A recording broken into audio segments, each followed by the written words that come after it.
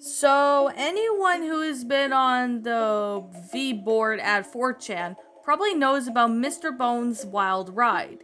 For those who don't, it's a ride that someone made for a roller coaster tycoon.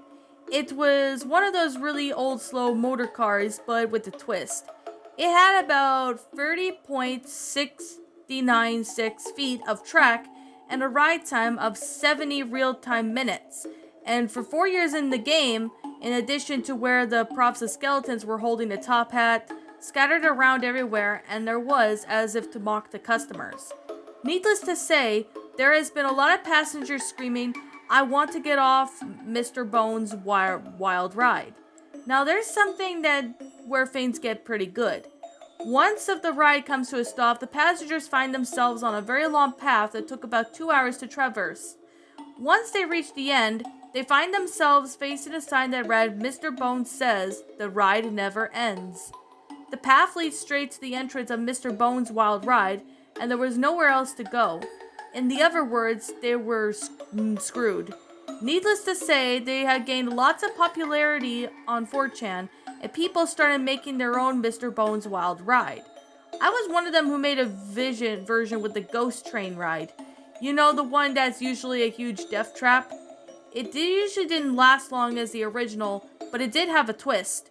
Near the end, it launched the cars into a small shed with a sign on the other side that said, "Enjoy your stay."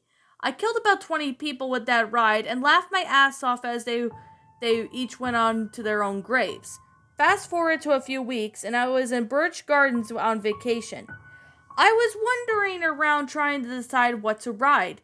That's when I noticed a ride that hadn't been there the last time I visited. It was weird because never been advertised, nor there was anything about it on the map. I figured, what the hell, and got online. Surprisingly, the line wasn't very long. I only waited about 10 minutes to get on. It was one of those motor car rides that is kind of weird because they already had one elsewhere in the park. Why would they open up a second one? After buckling in, and I looked up ahead and froze. There was a giant skeleton up ahead, tipping the hat to me over the sign that read "No." I whispered again. The sign read "Mr. Bones' Wild Ride." I shrugged with my restraints, but they wouldn't come off. I begged the employee controlling the ride to help, and that I changed my mind, and he ignored me. The car started moving as I screamed in terror. Up ahead, the tracks stretched on what seemed to be like forever. I want to get off of Mr. Bones' Wild Ride. And that, my little pretties, was Mr. Bones' Wild Ride, a gaming pasta or Coaster Tycoon creepypasta written by NoBonesAboutit. My final thoughts on this story? All right, I have like a really good nostalgia with this story.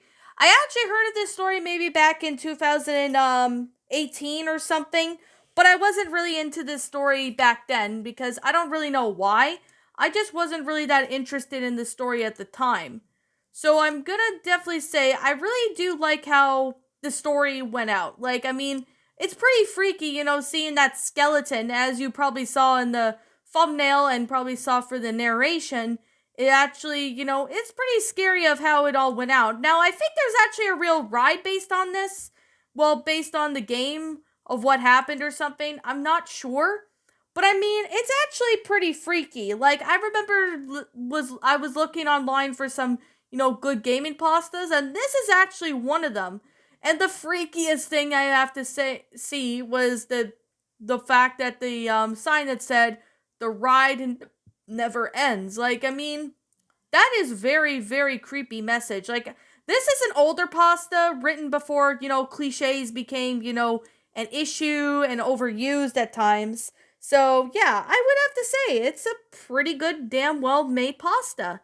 Now, I did know that No Bones About It made this story, and it was because I watched Silver Studios Story's narration on this story. And I mean, he's a really cool guy, and I recommend you guys go check out the narration on his channel because he does pretty good on this story, as well as I remember Dave actually narrated the story. Same with Thunder Trash, which is no longer an active channel, unfortunately. But yeah, But anyways, the story itself, I actually found this one to be enjoyable.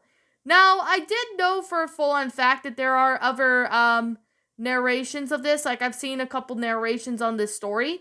So, the story of its own self is actually pretty well made in detail. I like how the concept went out. I like the grammar, the sentence structuring, basically everything you could find of this. So, I guess with that being the case, then with that being said, yeah, I actually was kind of thinking about narrating this one, I think a few days ago. So I was trying to find it again, and look at that. I finally found it online, and I just narrated for you guys. It's a pretty good pasta. Now, if you guys are looking for, a gaming pasta you guys might, enjoy, I recommend you check out this one. It's a pretty good one, and I honestly really love how the concept of its own self went out. It has a pretty good concept for the story. It's a really good, well made detail of the whole story of its own self. It's really well made in detail. Now, I really do like how the author was managed to, make this, pretty good or something. So, yeah, that's why I decided to try and sit there and, go ahead and narrate this whenever I had time. And I actually found this one to be a quite enjoyable one. Now, this does bring me back memories because I used to used to play Roller Coaster Tycoon or something when I was a kid.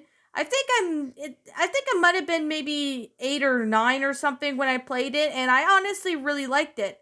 I know my dad played it a bit too, so there's definitely that. So I really do find this story to be enjoyable story, pretty cool, and yeah, I really do like about that. So to be honest, I still like this story, and if you guys like it, yeah, I recommend you guys check it out. And I really hope Shadow does decide to narrate this story someday because it's a really well made story, and I think he might like this story too. So, anyways, yeah. Like I'm gonna say, this is simply my own personal opinion, and if you happen to disagree with me, that's fine too. We're all entitled to our own opinions in regards to these creepypastas. Just simply my own personal thoughts. My final rating of this story would have to be a 10 out of 10. It was a good gaming pasta. It's really well made in detail. I like the concept of its own self, of how it went out. I do appreciate the good grammar, the sentence structuring, the storyline. It's pretty freaky, I remember that, and it's a really good creepypasta. And it's a pretty good gaming pasta. This is actually one of the best older classic gaming pastas that was ever written before cliches became overused and all. So anyways, with that being the case, and that being said, what did you guys think about this creepy pasta? Did you or gaming pasta, whatever you prefer to call this one? Did you all enjoy it? Did you all not? Also, what you have done person to help make this story a lot better? Feel free to leave me now what your thoughts are down in the comments below. I'm the Queen of Lions. Thank you so much for watching today's episode, and if you're new to my channel, be sure to like, comment, and subscribe because I make brand new videos every single day. Don't forget to ring the notification bell to when I upload, so that way you guys will not miss an upload. And as always, please roll the outro because I'm out.